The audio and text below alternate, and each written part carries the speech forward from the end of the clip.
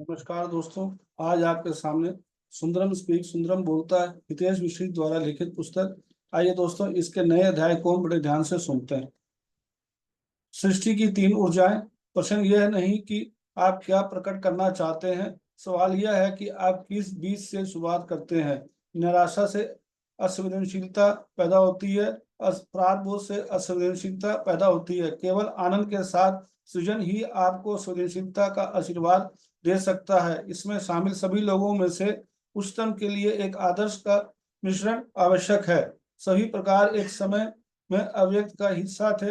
इससे पहले कि आप इसे अपने जीवन में पाने की इच्छा पैदा करें, यह सामयिकता का एक हिस्सा बनकर रह गया है। जिस क्षण आप कुछ बनाने का इरादा रखते हैं, आप वास्तव में अपनी ऊर्जा का स्रोत की ओर निर्देशित करना शुरू कर देते हैं और अभिव्यक्ति के रूप में उसमें से एक हिस्सा निकालना शुरू कर देते हैं। मेरे सामने अभिव्यक्ति की प्रक्रिया के बारे में आपके साथ साझा करने से पहले कई लोग आ चुके हैं, लेकिन मेरा इरादा आपको उस सूक्ष्म टेम्पलेट की गहराई तक ले जाना है जो आप किसी चीज को भौतिक रूप से प्रकट के लिए बनाते हैं। आपका सूक्ष्म टेम्पलेट और कुछ नहीं बल्कि आपकी रचना के पीछे की ऊर्जा है। मुझे आपको बताना होगा कि इससे कोई फर्क नहीं पड़ता कि आप इसमें आज आज बनाने में सूक्ष्म या है नहीं।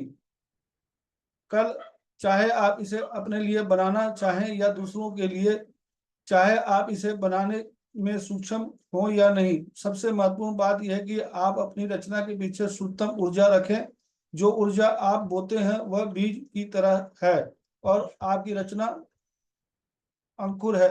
बीज की गुणवत्ता और उसकी देखभाल अंकुर की गुणवत्ता को परिभाषित करती है। देखभाल से पहले बुराई एक आवश्यक कदम है। इसे स्रोत रूप संभालना चाहिए। मेरा मानना है कि तीन गुणवत्ता प्रकार के बीज हैं जिनका उपयोग कोई भी प्राणी कुछ भी बनाने के लिए कर सकता है। यहाँ बीज प्रकार के बारे में बता रहे हैं। बीज तीन प्रकार के हैं। पहला बीज प्रकार एक, मानव जाति अपनी रचना के पीछे ऊर्जा भरने का सबसे व्यापक रूप से उपयोग किए जाने वाला तरीका हताशा है। यह तब जीवंत हो जाता है जब आप वर्तमान क्षण को स्वीकार नहीं कर रहे हैं होते और आप जल्दी से किसी आरामदायक जगह पर शिफ्ट होना चाहते हैं। आप वर्तमान को स्वीकार नहीं करते क्योंकि वर्तमान आपको अभाव की याद दिलाता है। आप सृजन करना चाहते हैं क्योंकि आप अधीर हैं कि यह आपके पास नहीं है। अभी कुछ ना कुछ पाने की जल्दी है क्योंकि इसके ना होने के से आप चिंतित, दिमाग में अति सक्रिय और अनिद्राग्रस्त हो जाते हैं। आप इसे चाहते हैं और अभी अभी भी चाहते हैं। यह फुसफुसाती है कि यदि आप इसे शीघ्रता से नहीं बनाते हैं तो आप पर्याप्त नहीं है। यह बीज बताता है कि आपको तभी स्वीकार किया जाता है जब आपके पास यह हो जो आप पाना चाहते हैं। हताशा आपको अपने दृष्टिकोण में प्रतिस्पर्धा और आक्रामक बनाती है। नतीजा अपने नतीजा अपना ढिंढोरा पीटने पर केंद्रित है और उससे कम कुछ भी नहीं। हताशा का बीज मर्दाना ऊर्जा के विषाक्त अविकसित ब्रह्मपूर्ण संस्करण का बीज है। आप गलत समझते हैं कि आक्रामक या हताशा होना मजबूत होना या अपनी बहादुरी का प्रदर्शन करना है। आपको शायद ही कभी एहसास होता है कि कर्म के दूसरे चक्र में जाना एक जोखिम भरा क्षेत्र है क्योंकि आप अपने कार्यों को व्यक्तिगत रूप से लेते हैं। आप भूल जाते हैं कि यह सृजन के प्रति आसक्त होने के बजाय रचनात्मकता को व्यक्त करने का आपका माध्यम है। आप सोचते हैं कि आपने इसे बनाया है और यह केवल आपका है। यह पहचान आपको तब तक भ्रम कर देती है और केवल आपका है। यह पहचान आपको तब तक भ्रम कर देती है, भस्म कर देती है, जब आप अपनी योग्यता को अपनी हताश रचना से रहित नहीं देख सकते। आइए दोस्तों, दूसरा बीज के बारे में जाने। बीज दूसरा, जब सृजन अपराध बोध द्वारा समर्थित होता है। यह अपराध बोध की ऊर्जा है जो आपको बनाना चाहती है क्योंकि आपको ऐसा करना ही चाहिए। यदि आप नहीं करेंगे तो कौन करेगा। अपराध का बीज सृजन को दायित्व से बाहर ले जाता है।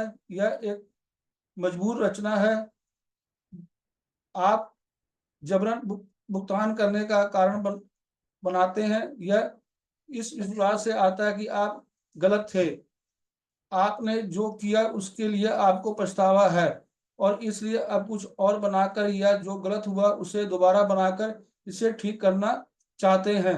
आप अपने परिवार या समाज द्वारा दंड दिए जाने से डरते हैं और खुद को बचाने के लिए आप खुद को सुधारने की आवश्यकता से बचते हैं। यह आपकी गलती का बदला चुकाने का आपका अचेतन तरीका है। मैं आपको बताना चाहता हूँ, कोई भी सजा आत्मदंड से बड़ा नहीं है। यह स्वयं पर लगाया गया अपराध बोध है जो आपको पछतावा करता है और अक्सर आपके साथ एक जीवन से दूसरे जीवन में चला जाता है। अपराध बोध का बीज स्त्री ऊर्जा के विषाक्त अविकसित भ्रमपूर्ण संस्करण का बीज है। यह माया ही खेल रही है। यदि आपकी रचना माया द्वारा समर्थित है तो वह पूर्ण नहीं हो सकता, फिर हमेशा कुछ ना कुछ दोषी रहेगा। क्या आपको यह नहीं लगता कि यह आपको व्यस्त रखने के लिए बहुत कुछ है आपके भ्रम में? क्या आप अनुमान क्या लगा सकते हैं कि इसका जीवन कितना गहरा प्रभाव पड़ेगा? आप में से कई लोगों के लिए हताशा और अपराध बोध साथ साथ काम करते हैं, क्योंकि वे युगों युगों से मित्रता का बंधन साझा करते हैं। दोनों आपके जीवन में एक दूसरे के प्रवेश के लिए आधार के रूप में काम कर सकते हैं। आप हताश हैं क्योंकि आप दोषी हैं, और आप दोषी हैं जो बदले में आपको हताशा बनाता है। तीसरा बीज, या तीसरे बीज के बारे में बता रहे हैं। बीज प्रकार 3, जब सृजन को जांच कर समर्थन प्राप्त हो, किसी चीज को उसकी उच्चतम क्षमता को पूरा करने के इरादे से बनाना कैसा होगा। भले ही आप ऐसा कर रहे हो या कोई और ऐसा कुछ बनाए, कैसा होना जो हताशा और अपराध बोध से रहित हो। वर्तमान क्षण के लिए पूर्ण स्वीकृति के स्थान से रचना करना कैसा होगा। भले ही आप जो रचना करना चाहते हैं उसकी कमी हो। जब आप किसी चीज को प्रकट करने के लिए सक्रिय रूप से कार्य करते हैं तो अपनी ऊर्जा में हल्कापन बनाए रखना कैसा होगा। आनंद और कोमलता की ऊर्जा से सृजन करना कैसा होगा, यह जानते हुए भी एक दिन यह किसी और के पास चला जाएगा। किसी चीज को बनाने में अपना सर्वस्व देना कैसा होगा। कुछ मिलाकर कहें तो यह आनंद के स्थान से की गई रचना है। जो बात इस बीज को हताशा के बीज से अलग करती है वह हल्कापन है जिसके साथ ऊर्जा धारण की जा रही है। आप हताशा में ऊर्जा को अपनी व्यक्तिगत संपत्ति रूप में रखते हैं। यदि परिणाम आपके इच्छित परिणाम तक नहीं पहुंचता तो आप स्वयं के प्रति कठोर हैं। आनंद का बीज कठोर होने के बजाय कोमल होना है। आपको खुद पर भरोसा है और साथ ही आप इंटेलिजेंस फील्ड के प्रति समर्पण भी रखते हैं। आनंद का स्थान आपको कभी कर्म में नहीं बांधता। यहाँ हर कर्म उतना अच्छा हो जाता है जितना कोई कर्म नहीं, क्योंकि इससे आपको इस स्वतंत्र, हल्का और आनंदमय बनाए रखना सिखाया है। विचार करने योग्य प्रश्न यहाँ है। अपनी रचना के पीछे के बीज का पता लगाना। अपनी रचना के बीज के बारे में स्पष्टता पाने के लिए इन प्रश्नों का मनन करें। यहाँ कुछ प्रश्न दिए गए हैं, उन पर मनन करने के लिए बोल रहे हैं। पहला, मैं अपनी रचना से किस उद्देश्य को प्राप्त करने का प्रयास कर रहा हूँ।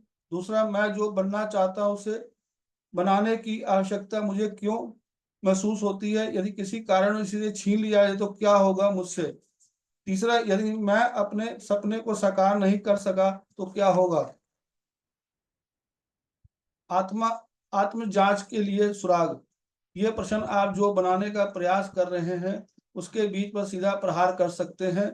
यदि आपको लगता है कि ऊर्जा अपराध बोध या हताशा है तो इसे शुद्ध करने और आनंद के साथ संरेखित करने में समय व्यतीत करें। जब आप आनंद के साथ काम करते हैं तो सृजन मजेदार हो जाता है। आइए दोस्तों, अगले अध्याय की ओर हम चलते हैं। तुम सुरक्षित हो। जीवन और आत्मा एक दूसरे के अंदर गहराई से अंतर्निहित हैं। यदि कोई अपना विश्वास हासिल नहीं कर सकता है तो दूसरे को जंग लगाने के लिए तैयार रहें। ये स्थान जिसमें संपूर्ण ब्रह्मांड रहता है वह माँ का गर्भ है। सभी ब्रह्मांडों, अंतरिक्षों और आयामों का जन्म यहीं से हुआ है। यह ब्रह्मांडीय गर्भ है जिसमें जीवन निरंतर विकसित हो रहा है।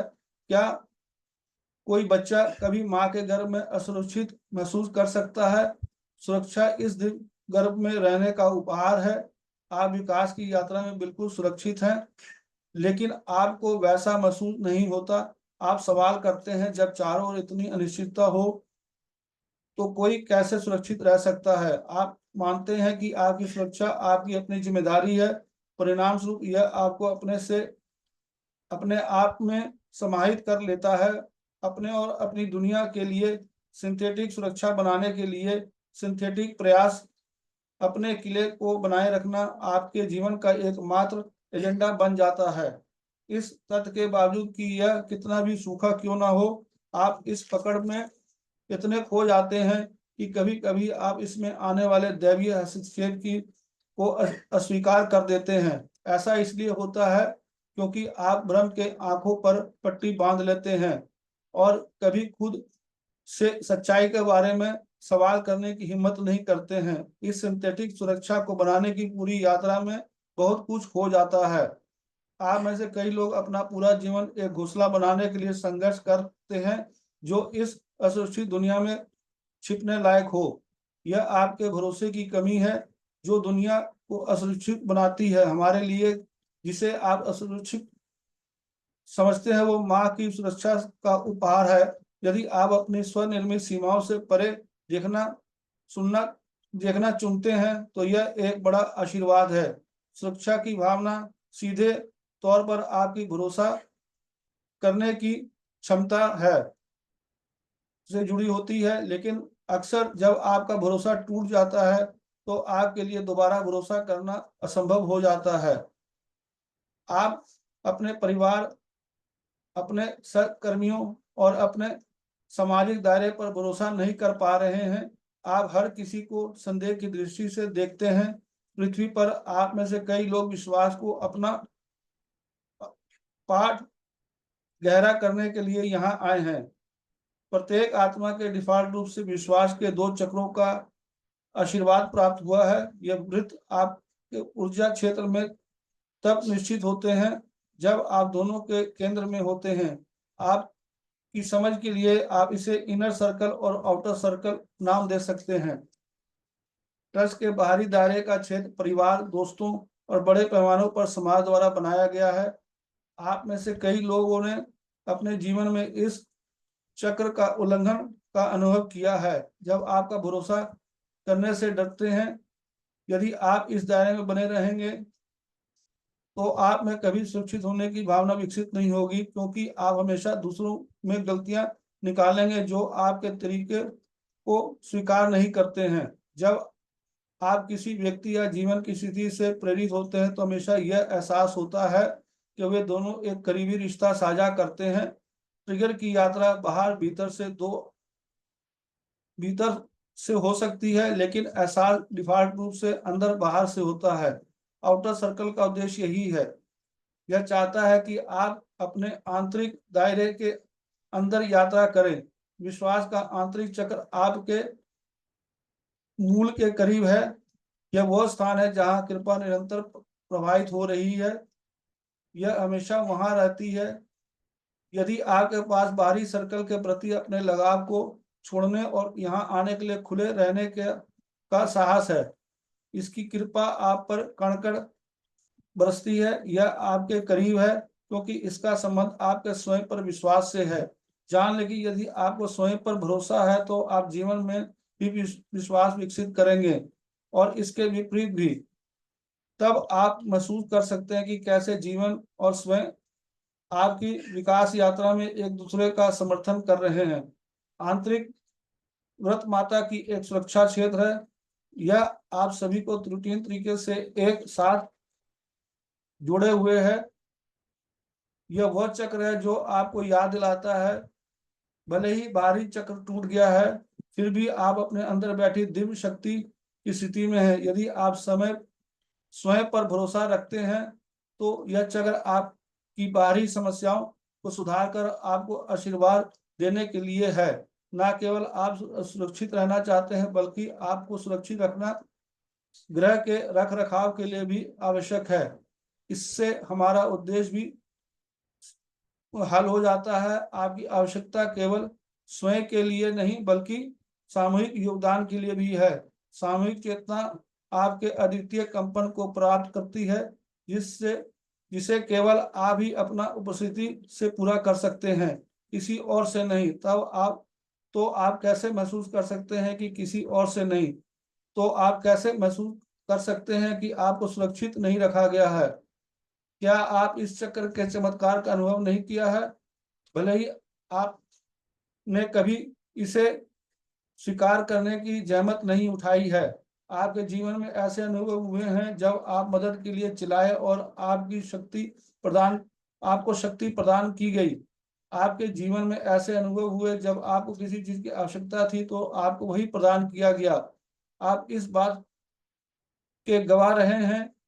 हर बार जब आपको किसी चीज की आवश्यकता होती है तो दैवीय हस्तक्षेप ने आपकी देखभाल कैसे की है।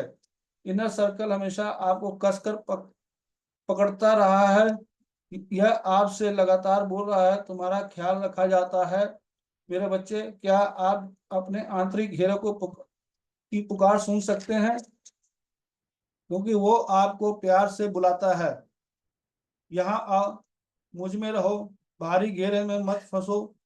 यहाँ रहते हुए आपका जीवन आनंदमय और संतुष्टिदायक है और बाधाओं का सामना करने पर भी अधिक सुरक्षित महसूस करते हैं।